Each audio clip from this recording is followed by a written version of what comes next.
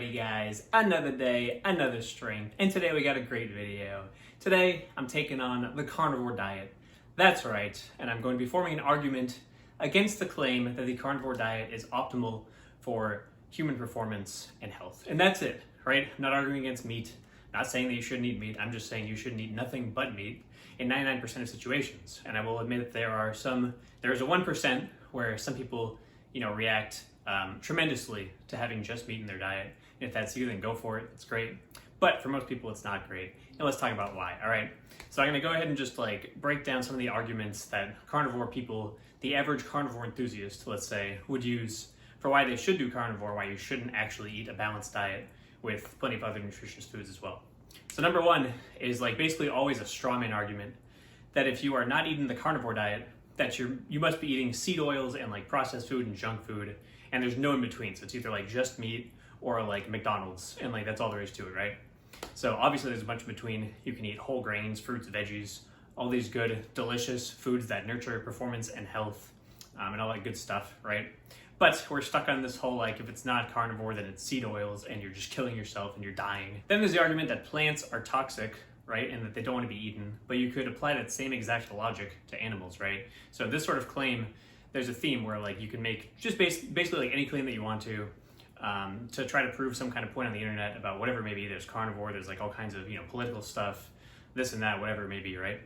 But for the plant thing, right, so plants are toxic, they don't want to be eaten, which makes sense on the surface, but you could say the same thing about animals too. Animals don't want to be eaten. They're going to try to kick you and bite you and scratch you and fight you if you try to kill them. And then at the same time, if you try to eat raw meat, for example, there are pathogens in it that can kill you, right, for example. So not every single time, obviously, but sometimes there are. Same is true of plant foods, right? But saying just because sometimes there is a pathogen in an animal food that might kill you, doesn't mean that you should never eat animal foods. Just like saying that some people might be sensitive to certain vegetables, which I feel it's usually the nightshade argument, if it's lectins or whatever that may be. A certain small percentage of people, same with, 99% of people are not going to do well on carnivore, just 99% of people can eat nightshades just fine, right? But the idea is that, that you shouldn't eat any vegetables at all just because of this weird, weak, half-baked argument, right? Number two, cardiovascular disease risk. So as far as the CVD argument, people like to say that all that matters is inflammation, right? And that the actual LDL levels don't matter and all this and that. I'm not going to get into the cholesterol right now.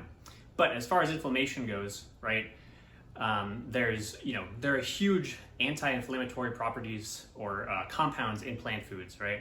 There's a whole bunch of them. There's just to name a few, there's allicin, lycopene, quercetin, resveratrol, flavonoids and carotenoids and all this good stuff in the fruits and vegetables that you don't see in animal foods in significant quantities, right? So I looked up lycopene as an example, and there's something 20 micrograms of lycopene in raw beef heart, and that's the only animal product that has lycopene. And there is 3,000 or something micrograms in one serving of a tomato. So there you go. There's the comparison for just that, for example, right? And then as far as LDL goes, cardiovascular disease is obviously multifactorial.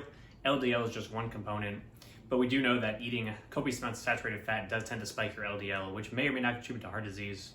And then at the end of the day, as far as fruits and veggies go, research suggests that if nothing else, fiber is good for you.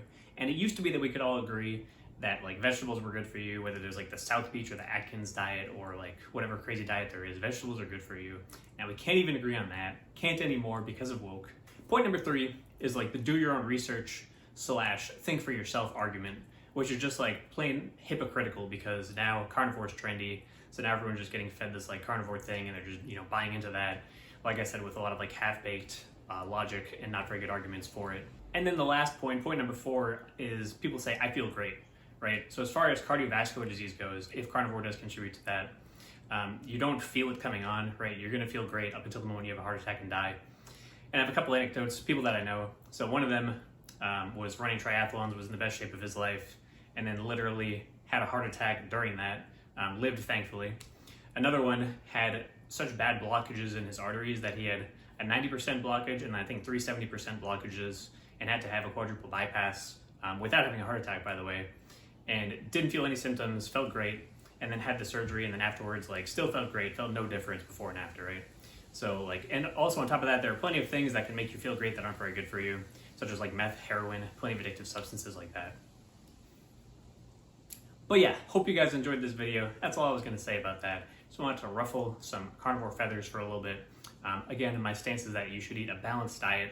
Nothing wrong with being omnivorous and eating plenty of healthy foods. Just don't be dogmatic and eat like just one thing just because you feel like it. Now, if it works for you and you try it out, that's great. Go ahead and keep doing it.